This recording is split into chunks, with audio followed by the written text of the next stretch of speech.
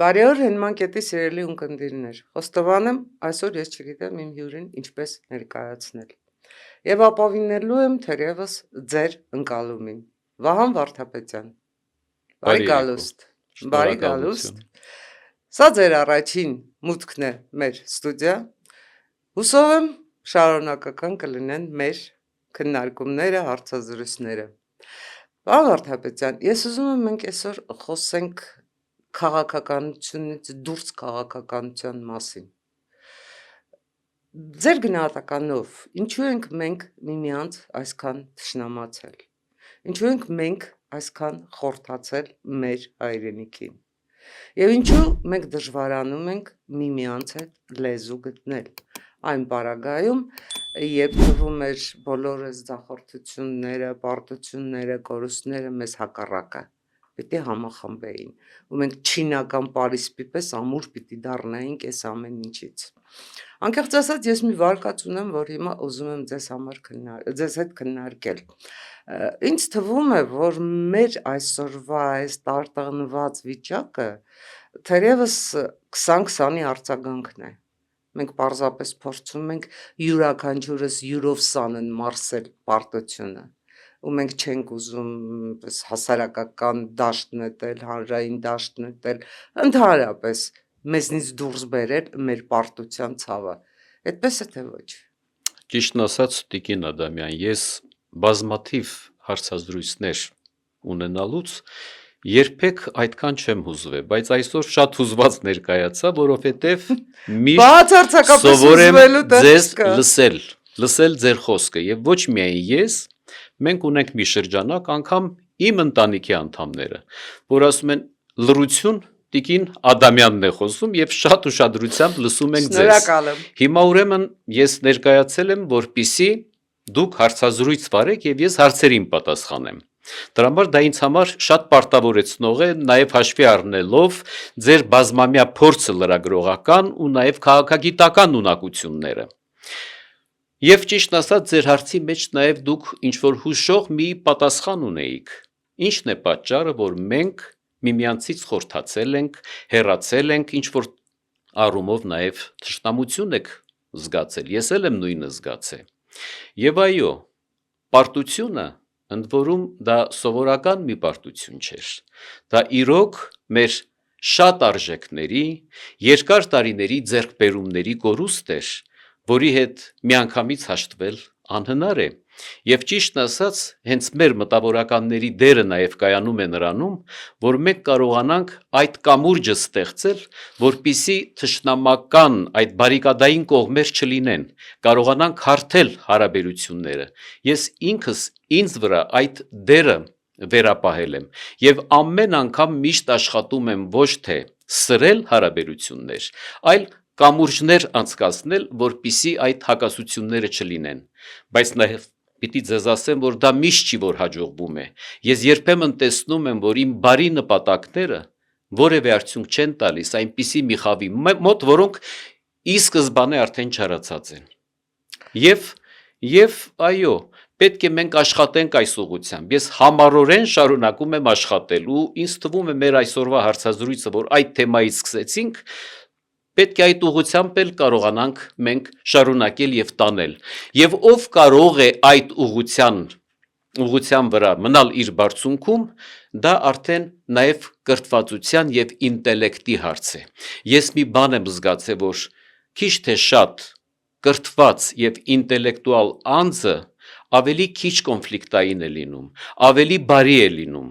իսկ հակառակ դեպքում միշտ ավելի շատ են չարացած լինում։ Դա փաստ է։ Դուք հրաշալի փաստեցիք, բայց այնուամենայնիվ, տեսեք,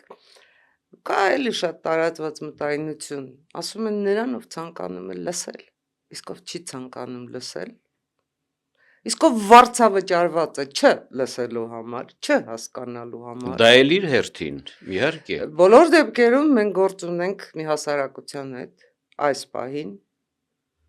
2025-ի դեկտեմբերի կեսին գործ ունենք մի հասարակության հետ, որը կիսված է, բառացիորեն կիսված է, և որտեղ միմյանց չհասկանալու բավականին հիմնավոր պատճառներ կան։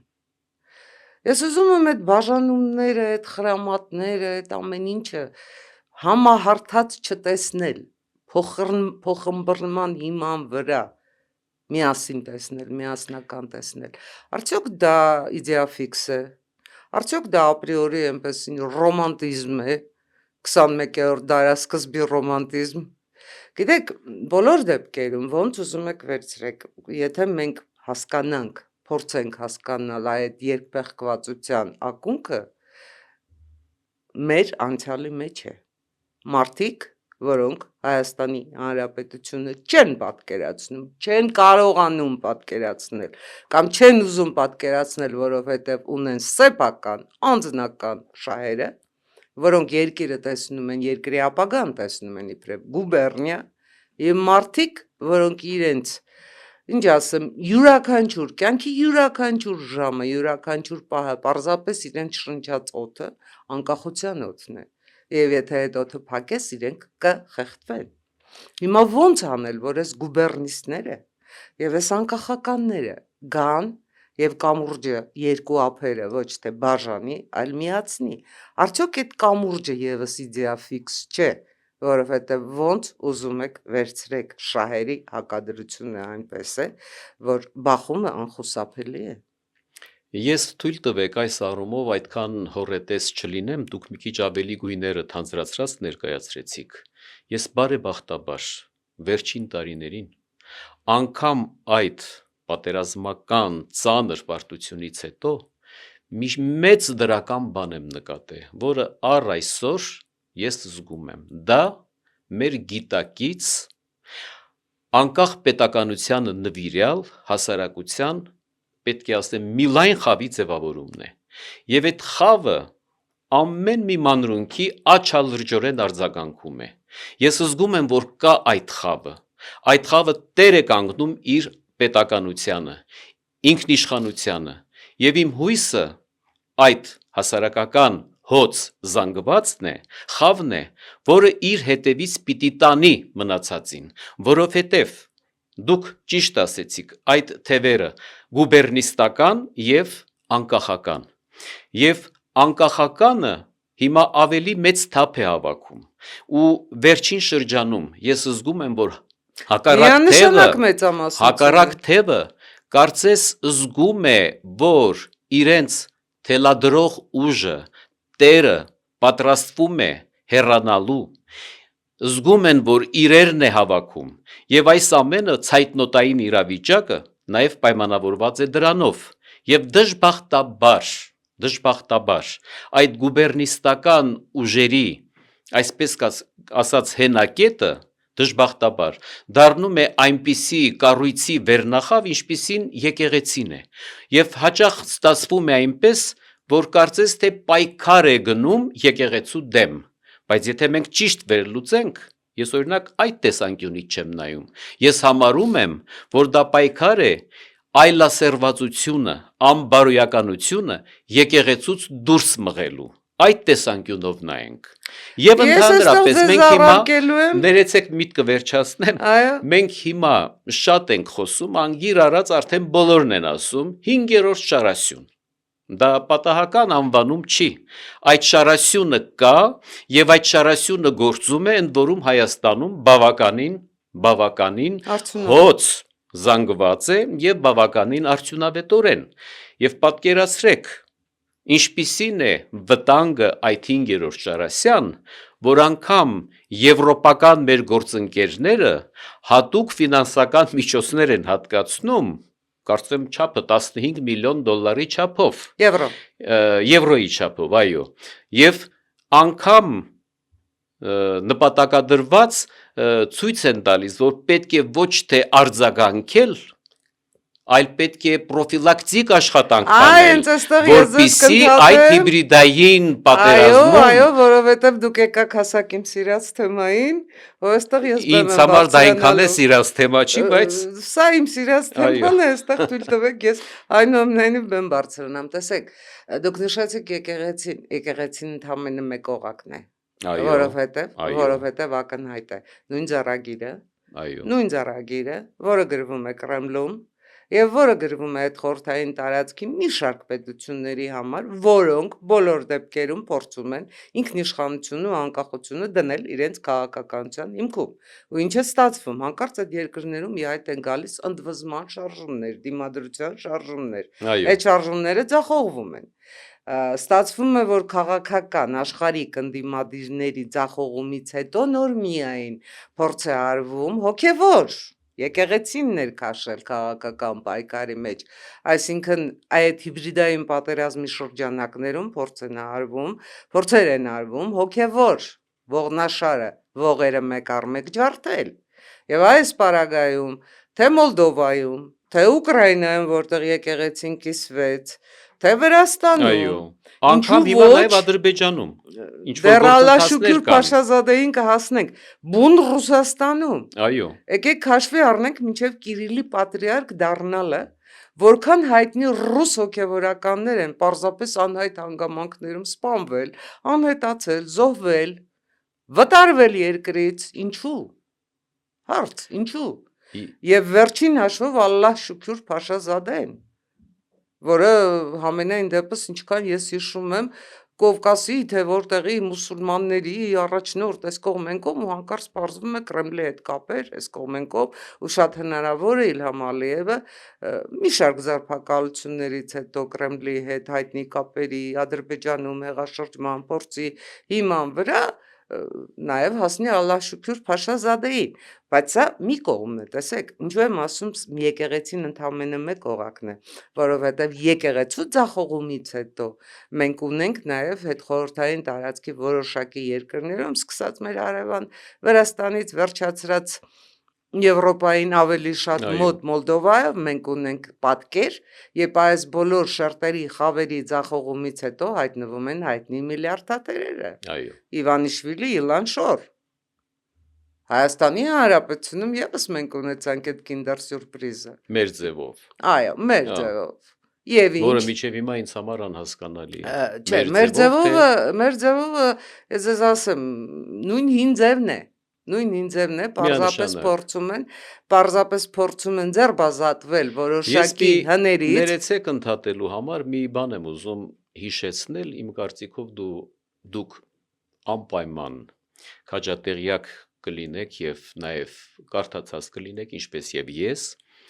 Ես առաջին անգամ հայ ազգի ռուս մի քաղաքագետ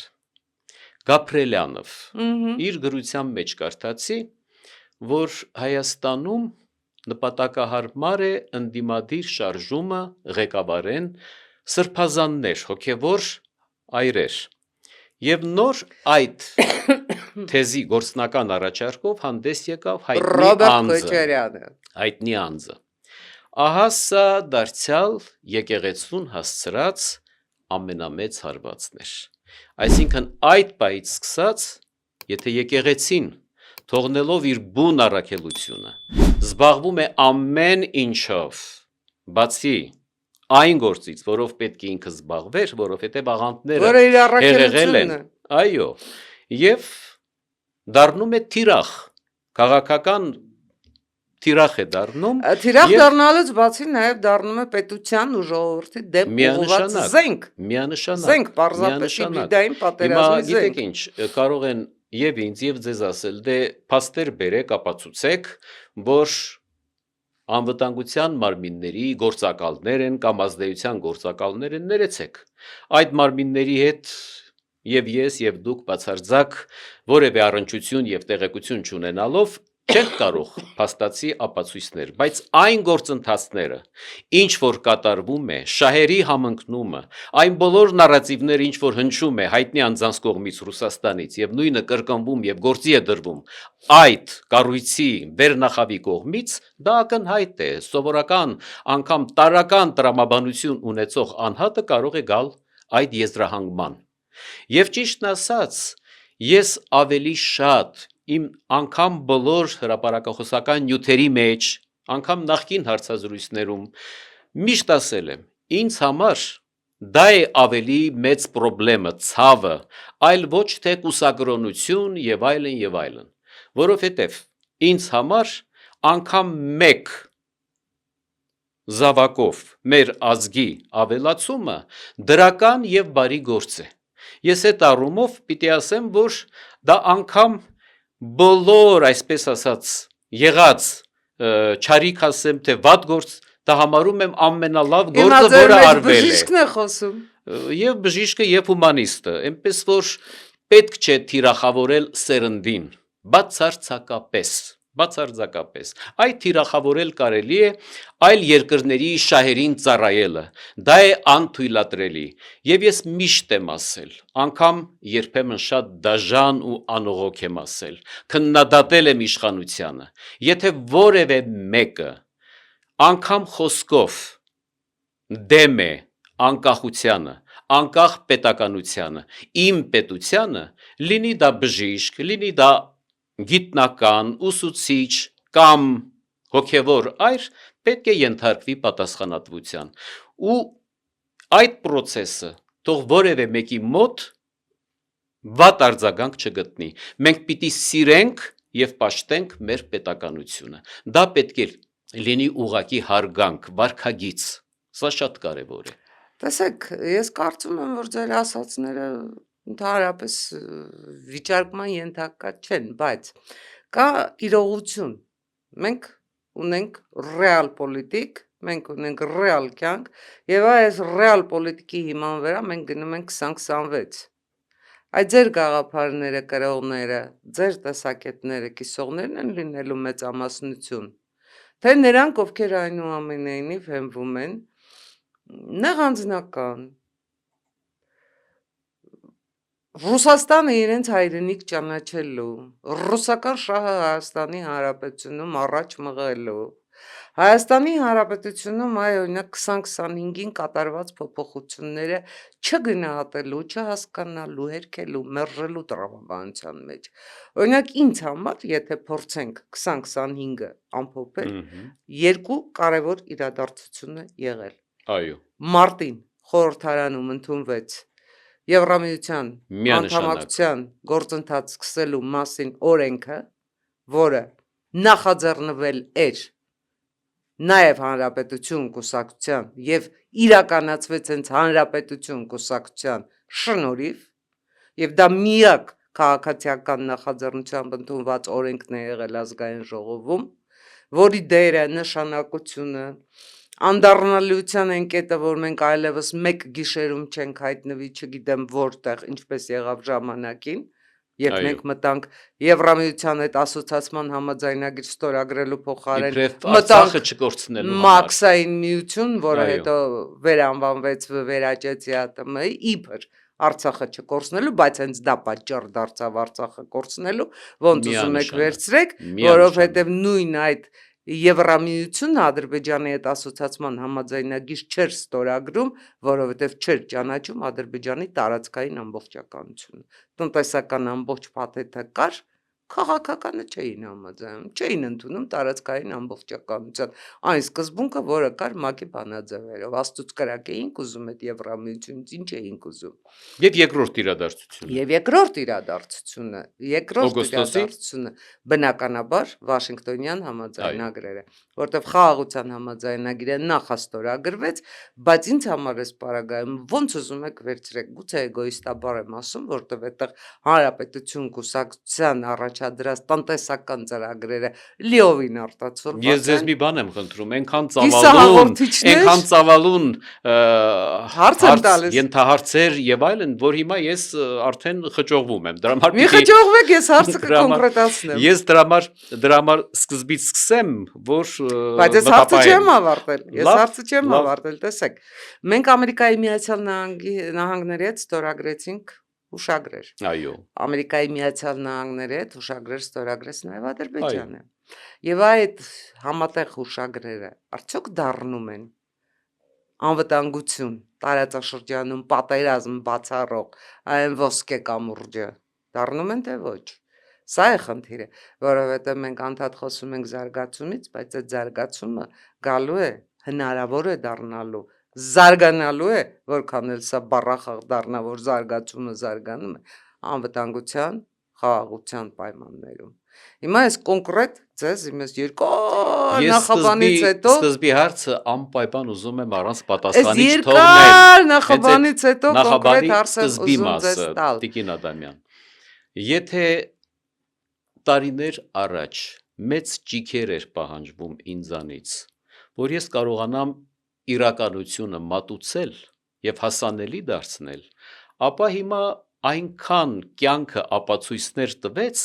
որ բավականին հեշտ է դարձել։ Ես օրինակ մտածող, տարական տրամաբանություն ունեցող իմ շրջապատի մարդկանց ասում եմ. մի հատ տեսեք, մենք այս կորուստները ունեցանք, եւ այդ կորուստները դեռ շարունակական բնույթ էին կրում, բայց հանկարծ հիշենք,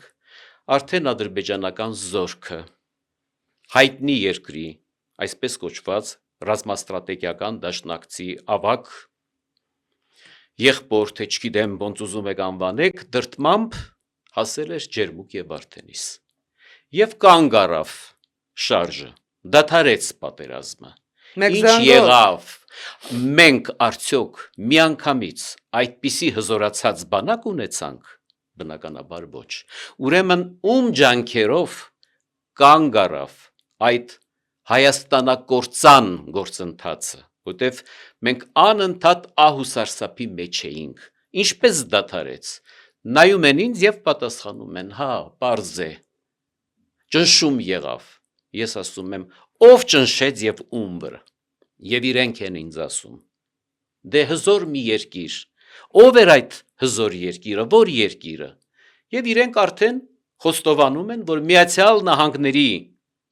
ջանքերով կանգնեցվեց process-ը։ Հիմա ես հարց եմ ուղում, ասում եմ, ուրեմն մեր ճանապարհը որ երկրի հետ է, մեր հետագա ուղին, որ դաշնակցի հետ է, ով է մեր դաշնակիցը, այն երկիրը կամ երկրների խումբը, ովքեր ցանկանում են, որ այս տարածաշրջանում լինի Հայաստան հենարան, հզոր Հայաստան, այսինքն ովքեր մեր ոչ միայն գոյատևմամբ, այլև մեր հզորությամբ են շահագրգռված։ Եվ ես մի բան եմ ձեզ ուզում ասել, այդքան որ մենք Ղարաբաղի կորուստ, Արցախ, Արցախայերի վերադարձ, այս որ խոսում ենք, երբեմն նաև իշխանություններին մեղադրում ենք, որ այս հարցերը չեն բարձրացնում կամ պատշաճ ձևով չեն բարձրացնում, եւ նաև ըմբռնումով մոտենում, որ ինչու հիմա չեն բարձրացնում, բայց ով է այս հարցը անընդհատ արթուն պահում նաև վերջի օրերին, Եվրամիության երկրները, Միացյալ Նահանգները։ Ադրբեջանի արտաքին գործերի նախարարությունը այսօր հայտարարություն է տարածել։ Մենք արդեն ունենք մեր դաշնակիցները։ Մենք այդ դաշնակիցների հետ ենք ճանապարհ գնալու։ Էլ չեմ ասում, այո, օգոստոսի 8-ի այդ պայմանագիրը, դա ես համարում եմ մեր երազանքի անգամ անհասանելի թվացող, որտեվ մի պահ դա անհասանելի մի երազանք էր։ Մենք անգամ ինչ էինք երազում, ասում ենք գոնե Ֆրանսիայի հետ ունենանք ռազմաստրատեգիական համագործակցության պայմանագիր, մեր մտքով չէր անցնում, որ դա կարող է լինել անգամ Միացյալ Նահանգների հետ։ Կարծում եմ համամիտ եք ինձ հետ։ Բայց փաստը։ Եվ այո, փաստը այն է, որ այդ համաձայնագիրը հիմա սկսում էին, հիշեք ինչեր էին ասում, դա Բայդենի ժամանակ էր, հիմա փոխվել է, բայց չէ որ Միացյալ Նահանգները ինստիտուցիոնալ, ավանդական երկիր է, շարունակություն պետք է լինի, եւ եղավ այդ շարունակությունը, եղավ այդ պայմանագիրը։ Հիմա գիտեք ինչ, շատ բան նաեւ մեզանից է կախված, դուք ասեցիք, կարող է այդ կամուրջը, այո, մենք պիտի շատ ակտիվ գործենք։ Ես հիմա չեմ կարող այս հարցի հետ կապված իմ ընկերոջ, ձեր ընկերոջ, մեր շատ հարգարժան Արամ Սարգսյանի դերակատարություն այս հարցում չնշել, որովհետև եթե ոմանք 1-2 տարվա ստաժ ունեն արևմտամետ լինելու, լավագույն դեպքում 5 տարվա, իսկ շատերը 3 տարի այս կողմ, 2 տարի այն կողմ, ես միշտ ասում եմ, տասնամյակներ շարունակ իմ ընկեր Արամ Սարգսյանը առանց հոգնելու նույն գաղափարախոսությունը տարել է առաջ առ այսօր։ Ես նաև համոզվել եմ, որ Արամին ավելի շատ հետաքրքրել է իր գաղափարների իրականություն դառնալը, ոչ երբեք ընտրության ձայներ եւ տոկոսներ ունենալը, առավել եւս ոչ падգամավորական մանդատը, ոչ պաշտոնը, դրա համար ես միշտ իմ մտերիմներին, իմ շրջապատին ասում եմ, ես աչքերս փակել կարող եմ վստահել, որովհետև գիտեմ, որ Արամը միշտ մտածում է պետականության մասին, նրա հիմնական շահը մեր անկախ պետականությունն է, սա ամենակարևոր բանն է ինձ համար, եւ նաեւ քանի որ ես իմ ընկերոջից սկսեցի խոսել, թույլ տվեք մի փոքր ավելի ընդարձակվել, կարծում եմ անհրաժեշտ է, որովհետև քանի ինքը ներկա չի, մենք կարող ենք լավ խոսել, որովհետև երբեմն ես գիտեմ, որ նեղվում է, բայց ես կարծում եմ, որ այստեղ անպայման ես պիտի պետք է ես մի նշում անեմ, ձեր հիշեք ինչ եք ասելու չմոռանաք, գիտեք, Արամ Սարգսյանը Վազգեն Սարգսյանի եղբայրն է։ Վազգեն Սարգսյանը։ Դե թույլ տվեք, դուք ինչի եք իմ մտքերը կանխում, ես դեռ շատ բաներ ունեմ ասելու։ Ես չէի կարող այդ չասել, որովհետև ես է պիտի դա ասեի։ Հանրապետություն կուսակցությունը ստեղծվեց հենց այն նպատակով, որ շարունակվի Վազգենի գործը։ Ես հիմա մի Ու բան եմ Վազգենի ձեզ գործը ասելու։ հասնելու է Տիկին Ադամյան, մենք իր հիմա իրար ենք խանգարելու, վերջնակետին։ որովհետև դուք տեսեք, շատերը Վազգենի անուրանալի դերը այդ տարիներին նշում են, բայց ես մի հետարքիր, չգիտեմ, երևի սա ինքնատիպ մի միտք է։ Այն ինչ որ Վազգեն Սարգսյանը տվյալ ժամանակաշրջանում արեց, այսօր նույն դերակատարությունը Արամ Սարգսյանն շատ ավելի դժվար պայմաններում։ Ընդ որում, այն ինչ որ արել է Վազգենը եւ Արամը երբեք այդ ժամանակ չէր կարող անել, անգամ դրա 0.1%-ը չէր կարող անել։ Հիմա ինչ որ անում է Արամ Սարգսյանը, ես մեծ կասկածներ ունեմ, որ այդպիսի հանդուրժողականությամբ, լայնախոհությամբ, փամփերությամբ կկարողանար լուսահոգի Վազգեն Սարգսյանը անել։ Ես դրանում համոզված եմ։ Եվ նաև երբ որ Արամի հետ կապված է իմ խոսակցությունը, ես մի միտք եմ ասել բոլորիդ ներկայությամբ, որը ուզում եմ նաև ունկնդիրը լսի։ Ինձ համար նաև Արամ Սարգսյանը քաղաքական դաշտի ինդիկատորն է։ Ինչ է դա նշանակում։ Երբեք բարոյական, ազնիվ, անկեղծ, պետականությունը հարգող, քրիստոնյա, ինչ ասեմ, բոլոր դրական հատկանիշներով, բարեմաստություններով օժտված մարդիկ չեն կարող չհարգել Արամ Սարգսյանին։ Ես մի քանի օրինակել եմ ուզում բերել, որ ունկնդիրը մտապահի իմ այս խոսքերը։ Արամը տասնամյակների ընկեր է, եւ այդ ընկերության ընթացքում ես այնպիսի մարդկային հատկանիշներ եմ տեսել ու կիսվել մեր երրորդ ընկերների հետ, օրինակի համար, երբ որ ես մեծ մայստրո Օհան Դուրյանի հետ անարդարությունների եւ տառապանքների լուծն էինք քաշում եւ բոլորը վախեցած թողել էին ինձ իմ մայստրոյի հետ, Արամ Սարգսյանը այն անձնավորությունն էր, որտեղ պետք է կանգնած էր իմ եւ մայստրոյի կողքին։ Եվ մայստրոն քաղաքական դաշտում միշտ ասում էր. Արամի նման ազնվագույն տղա գոյություն չունի, ու հետարքիր մի բան էր ասում էր. Արամը իսկական հայրն է։ Նույնը ես լուսահոգի Արաքս Դավթյանի հետ կապված, ես որ արվեստագետի հետ մտերիմ եմ եղել, նաև իմ հետ կապված Արամ Սարգսյանը այդ մարդկանց հետ է մտերմություն ունեցել։ Հիշում եմ, Հանրապետություն կուսակցության մի համագումար էր, Արաքսը որոշեց, ասեց, ես այնքան եմ ուզում, Վահան, որ գամ եւ այդ տղաներին շատ եմ հավանում, Արամին, Սմբատին, ուզում եմ գալ եւ մի դրական խոսք ասել։ Ինքն էլ ռուսախոս էր Արաքս Դավթյանը, մոտեցավ բարձրախոսին, հիշում եմ, Նժդեի հրապարակում եւ ասեց մի նախադասություն. ախր դուք շատ լավ տղաներ եք, Շատ լավ մարդիկ եք։ Ոնց կարելի է ձեզ թողնել ձայն չտալ մյուսներին տալ։ Այդ դա Արաքս Դավթյանի ինքնաբուխ խոսքն էր։ Ես հիշում եմ նաև մենք երեքով ընկերություն էինք անում, դարձյալ մի պայծառ լուսահոգի մտավորական Այդին Մորիկյանը, Այդինը ինչ էր ասում, Այդինն ասում էր, որքան Արամի հետ մտերմանաս եւ խորությամբ ճանաչես, դա այն մարդն է, որ ավելի կսիրես ու կհարգես։ Եթե մյուսներին իշքան ճանաչում ես, հիասթափվում ես, բայց Արամին ճիշտ հակառակը։ Եվ մեկ էլ տեսնես, իմիջայլոց հիմա այդ վայրահաչոցները պիկին են հասցե։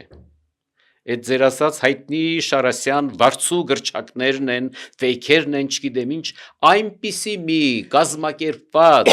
անձնական վիրավորանքների, հայոյանքների, բայց իհարկե Արամը պարզ է ամեն ինչից վեր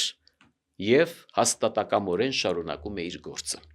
Ես հիմա ուզում եմ մի շատ կարևոր հարցի անցում կատարել, դա բխում է ձեր հարցի վերջնամասից։ Ինչի մասին է խոսքը։ Պարոն վարչապետը շատ հաճախ է բանավեճի հրավիրում նախկին նախագահներին։ Ես ճիշտն ասած Այլևս չի հրավիրում։ այ ապրեք։ Ես ամեն անգամ նեղվում եւ ասում եմ, պարոն վարչապետ, հերիք է, բավական է։ Ամեն ինչ պարզ ու ակնհայտ է։ Այլևս ինչ է մնացել բացահայտելու։ Որևէ բան չի մնացել։ Պետք չի այդ բանավեճը։ Եվ հետո կան նաև մարդիկ, որոնք ոչ թե պիտի հրավիրվեն բանավեճի, այլ պիտի հրավիրվեն այնտեղ, որտեղ որ հրավիրվում են։ Բացարձակ անհրաժեշտություն չկա մեր հասարակությանը, որ նրանք կարևորվեն, իսկ այդ կարևորվելուց նաև հորջորջվեն որպես գլխավոր ընդդիմություն, ընդհակառակը պիտի անտեսել։ Եվ ես առաջարկություն արեցի, ու այդ առաջարկությունը հրաշալի է իմ կարծիքով։ Ես առաջարկեցի բանավեճի հրավիրել Արամ Սարգսյանին, որովհետև մեր ժողովուրդը կարոտ է, ինտելեկտուալ եւ գաղափարական բանավեճի, որպիսի Արամ Սարգսյանը իշխանությանը քննադատի տնտեսական հարցերում, քաղաքական տարբեր մոտեցումներում, արևմտամետ ավելի զուտ արևմտամետ քաղաքականության ոչ տարածաշրջանային տարբեր առավելություններ, սա կլինի լուրջ բանավեճ, բայց իհարկե մեր հասարակության մեծամասնության մոտ դեռևս արմատացած է այն մտայնությունը, որ ընդդիմությունը դա անպայման թշնամի լինելն է, պետք է թշնամի լինես, եթե թշնամի չեղար, հայո ես թշնամություն, բայց ամենակարևորը ինչն է, ես հիմա պարզ ասեմ, մի անգամ 20 թվականին ես եղա հանրայինում, երբ որ ասեցին ընդդիմությունը, ես երևի 20 տարի ինձ պատկերացրել էի ընդդիմություն, այսպես վատ արձագանքեցի, ասի ներեցեք ընդդիմությունը ես եմ, դրանց մի անվանեք ընդդիմություն, եւ նորից եմ ուզում ասել, ես եմ ընդդիմություն, դուք եք ընդդիմություն, եւ ես ընդդիմության գլխավոր առաջատարուշ տեսնում եմ Արամ Սարգսյանին։ Ես չեմ կարող մի երկու դասագիր կարդացած, մի երկու ճարտասանությամբ զբաղվող անձանց, որոնք այդ ճանապարհը չեն անցել, այդ խարիզման չունեն եւ հանկարծ իրենք իրենց կամ իրենց շրջապատով կողմնակիցներով վարչապետի թեկնածու են պատկերացնում։ Ինձ համար դա անկալելի չէ։ Մենք ժողովրդավարական երկիր ենք։ Բնականաբար, դե հիմա ժողովրդավարական ենք, դրա համար էլ ես այսպես ազատ այս ամենը իմ նախասիրությունները, իմ հարգանքը ամեն ինչ ես արտահայտում եմ։ Եվ այո, ես մի բանում վստահ եմ, որ Արամ Սարգսյանը, ինչու՞ չէ նաև մեր տիպի մարդիկ, մենք կարող ենք լինել հրաշալի եւ ոչ թե կարող ենք, այլ հրաշալի ընդդիմություն ենք, միայն եթե տեսնենք իշխանությունը ճիշտ ուղով տանում է, ես ու Տիկին Ադամյանը ինչու պիտի այդ արված գործն էլ չտեսնենք եւ պախարակենք, սկսենք չարախոսել, դա արդեն անհասկանալի է։ Դրա համար շատերը իրենց վարկանիշը սկսեցին գցել, երբ որ տեսնում ենք այդ ճանապարհը տանում է այնտեղ, որտեղ որ մենք նախանշել էինք, ցանկացել էինք եւ ուզում էինք լինել այդտեղ, արվում են չէ քայլերը։ Ես մի անգամ Արամին ասեցի, Արամ ջան, ասեցի, մեր գործը, հատկապես իմ գործը հեշտ է, նստել, քննադատել, ինչու է դանդաղ արվում, տեմպը թույլ է, էս բան այ, բայց երբ որ պատասխանատուն իշխանությունն է, ես պատկերացնում եմ, ինչ դժվարին գործի առաջ են իրենք կանգնած։ Դա էլ պետք է ըմբռնումով։ Միանշանակ Այո։ դա էլ պետք է ըմբռնումով Սա գալ, էլ բայց սա տեսեք, էլ իմ պատկերացումը բոլոր ազգային ժողովի բոլոր դեպքերում ես կարծում եմ, որ իշխանությունը ժամանակ կորցնելու իրավունք չունի։ Իսկ մենք ժամանակ ոչ թե կորցրել ենք, այլ վատնել ենք։ Միանշանակ վատնել ենք եւ հիմա